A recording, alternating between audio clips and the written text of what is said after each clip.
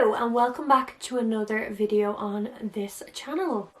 Today I want to talk about unsolved mysteries and true crimes that I hope get solved. Wow. There are so many cases of unsolved crimes, mysteries that the world just wants answers to, and I want answers to. Yeah, I done like a mini series of this on TikTok. I just figured that I would come on and talk about it in more depth on my YouTube channel. Also, I feel like I should say hello to all the new subscribers that we have gained on this channel in the last few days and weeks. I love making content for my channel. It's just a good, fun process. I find it very therapeutic. I like talking, I like editing, I just like putting it all together, and yeah, so thank you so much. Right, let's get into it. The first true crime case and unsolved mystery that I hope gets solved is Madeleine Mccann. This case, guys, I don't even have to explain this case. I feel like the whole world and its sister knows about this case. Madeleine Mccann was 3 years old when she went missing from a holiday resort in Praia da Luz, Portugal in 2007. A couple of days shy of her 4th birthday. This case is just so upsetting and so like mind-blowing. Like, what happened?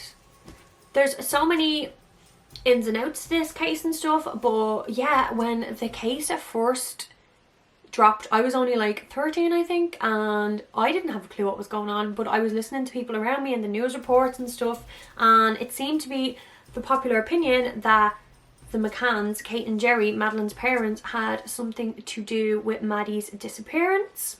So when I came of an age where I could actually research for myself, I done a lot of research on this case. I mean, hours and hours and hours of research, and my opinions and my theories are always changing, like all the time. There was a point that I was convinced that it was the McCanns. I was like, their interviews, their body language, like there's a lot of body language experts that say Jerry McCann shows a lot of contempt in his interview. You can't deny that Kate and Jerry McCann are very, well, they come across as very cold people. They don't show a lot of emotion. They kind of have that English stiff upper lip. But yeah, it's a bit weird considering like they've been through such a traumatic experience. Like their baby daughter was taken from them. They were sitting in a bar having tapas and wine with their friends a few meters away. I do think that no matter what, Kate and Jerry should have been held responsible in some way, because they literally left their 3 children in an apartment in a foreign country on their own while they drank and had wine with their friends.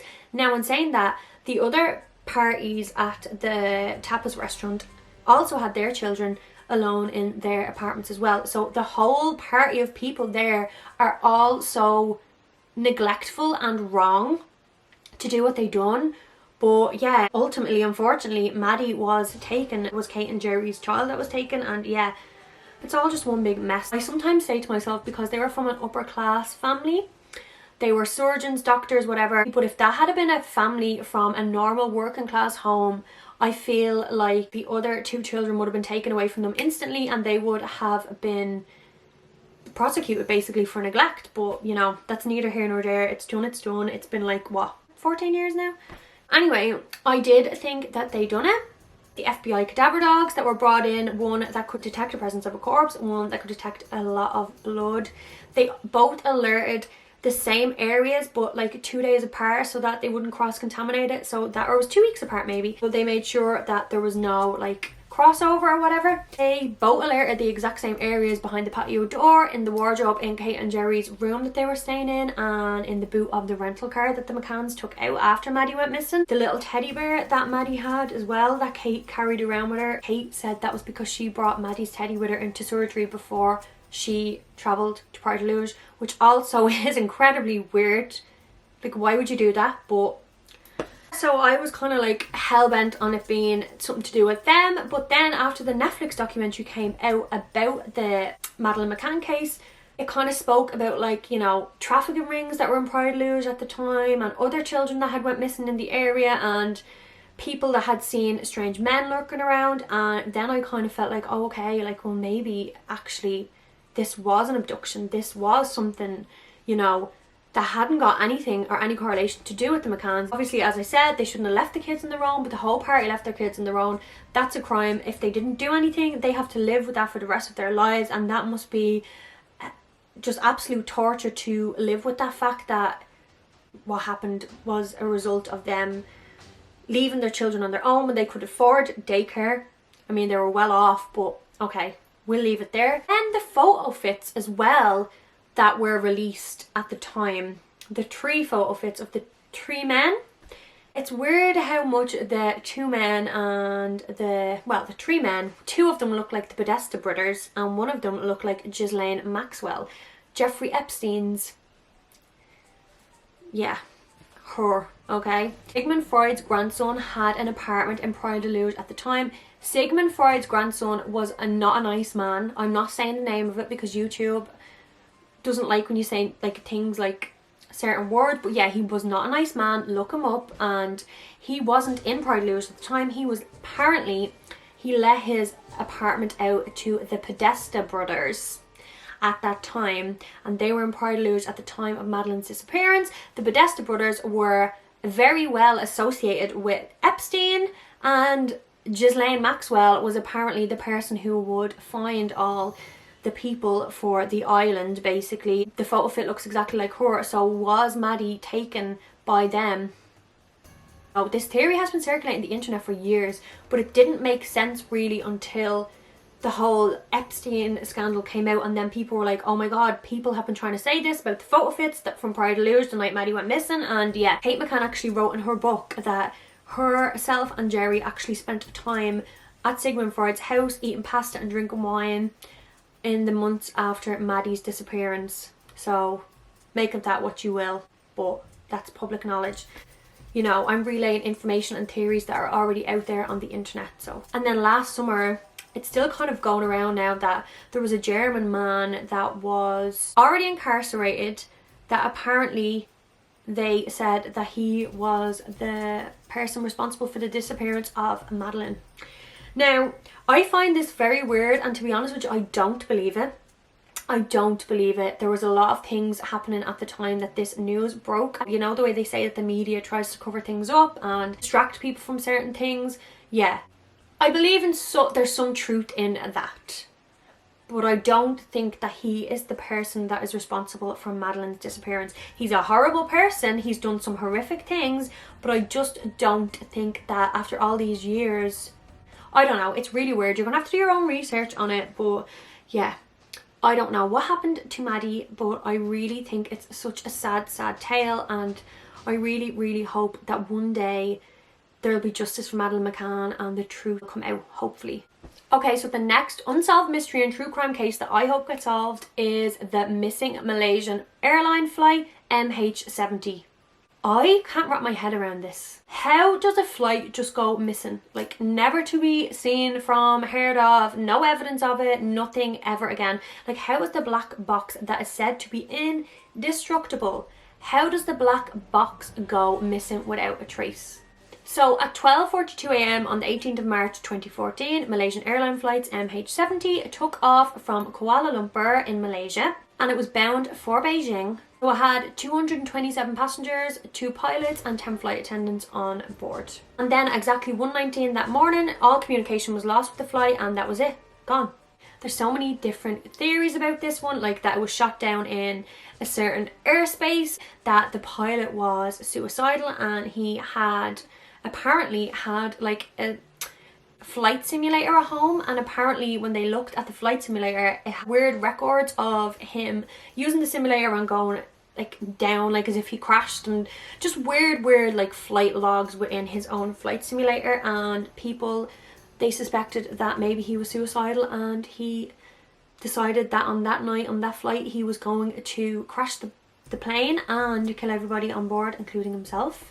Now, I don't know if I like this theory, because I feel like in all of history, shady stuff has happened. And if weird cases happened and they were trying to cover up something more sinister, people would be blamed and a story would be put together to try and make people believe and make sense of the event. So, you know, he's not here. No one knows where he is. No one knows where anyone on the plane is.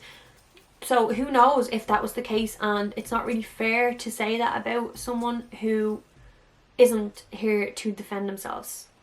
And the black box as well, the airline came out and said that the black box battery was outdated, expired by a year prior to the flight taking off. That could be a reason why the black box has never been located, but that's still really weird to me. Like, and also, why would they allow a flight to go off with an expired battery? And clearly they knew it if they're able to say that now, that it was expired. Also theories like Lost, like that they landed on a deserted island somewhere, that they went through a parallel universe, and that one day the flight is just going to return and everyone on board is just gonna feel like an hour has gone by when really it's been years. There was also a TV show made about something like this after the flight went missing. All these people got on board a flight and then flight never landed, the flight went missing, and all the family and friends were like panicking, and like 20 years passed, and then at the end the flight landed and the people on board thought it was only like 5 hours that went by, but it was really years, and some of their family members that weren't on the flight were dead and stuff because so much time had gone by, but they didn't, like, they went through a black hole and it was like a parallel universe. So that's interesting to think about. Actually imagine if one day a flight just landed in like Beijing and everyone got off. It was the Malaysian Airline flight and they were like, what's going on here? Why am I like in this futuristic world? And we're like, 50 years has gone by. Where were you?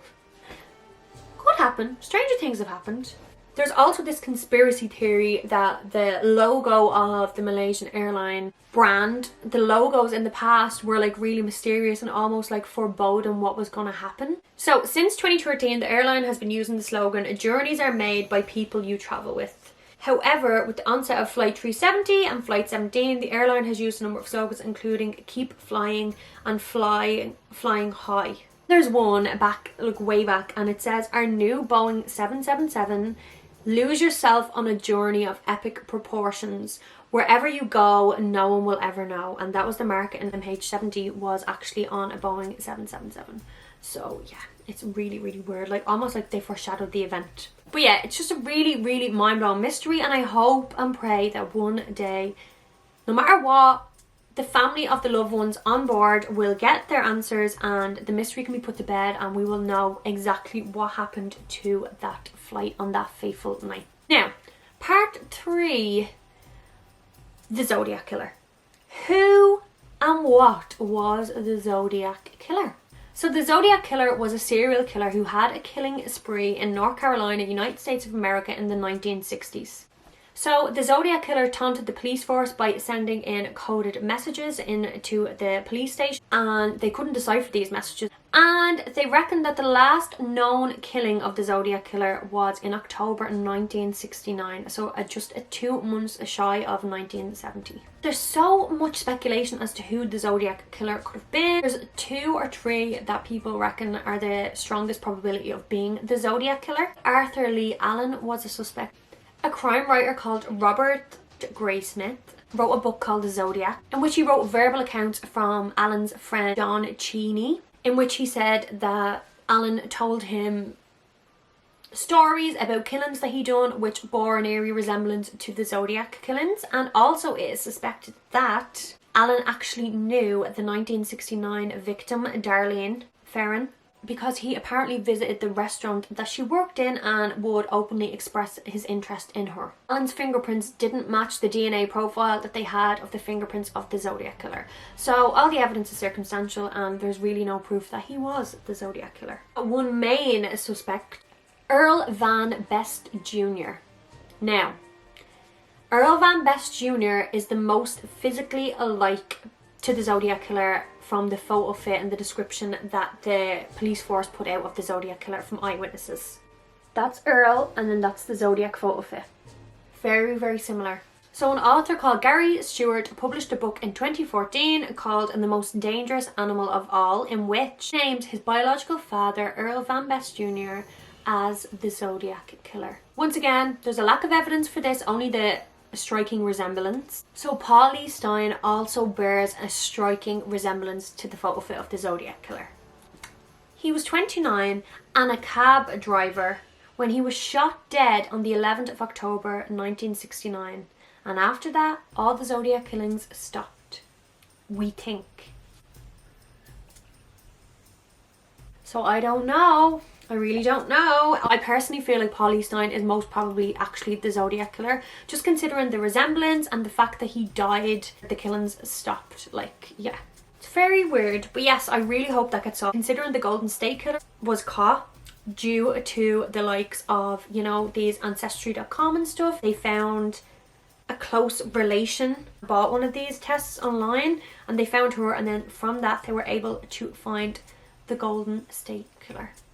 Very interesting. Technology has come and DNA has come such a long way since the 80s, 70s, 60s, so there is hope that most of these old cases, murder cases, cold cases will eventually be solved, and I'm really hoping that the Zodiac is one of the first. Next up is Making a Murderer. I really need to know who is responsible for Teresa Halbach's death.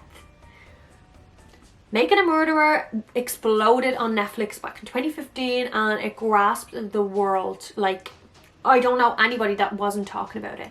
So basically, Stephen Avery is in prison along with his nephew Brendan Dassey for the murder of Teresa Halbach, who was a young photographer who went to Stephen's site to take pictures of his cars that he had. She was murdered on his property and Stephen and Brendan were blamed. Now it's long-winded because Stephen Avery was falsely accused of another crime and he won a legal case against the state for wrongful conviction, and yeah, he got a big hefty amount of money, and it was awful what happened to him.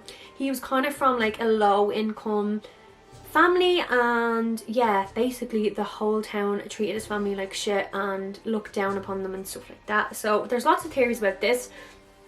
There's theories that the state and the police force tried to frame Stephen Avery because they were so angry that he got acquitted of the crime and he won a court case against the state and he got all this money. So there's a conspiracy that the police force basically killed Teresa Halbach to try and frame him. There's also another theory that Teresa Halbach's ex-boyfriend knew where she was going that day and followed her and killed her. He was shown up a lot in the documentary and a lot when she died. There's also a theory that Stephen Avery's brother-in-law and his other nephew, which would be Brendan Dassey's brother, actually killed Teresa Halbach and framed Stephen for it because they thought it would be easy to get away with it because Stephen was already had all this history behind him, and they figured that the police force would just automatically think it was him so they could, you know, frame him. I kind of feel like the last theory that I spoke about, Stephen Avery's brother-in-law and his other nephew, I feel like they are very suspicious, extraordinarily suspicious. Yeah, even if you have watched it, what do you think? Please let me know in the comments down below. I need this mystery to be solved because it actually boggles my mind. So I think I'm going to leave that here for today. If you want me to do another part on unsolved mysteries and true crime cases that I want to be solved, let me know in the comment section down below. Let me know your thoughts on these cases. Who do you think done what do you think happened to what? Like, let me know. Give me all the theories, and don't forget to give this video a big thumbs up, subscribe to the channel, hit the notification bell so you can be notified when I drop a new video, and yes, I will see you soon. Bye.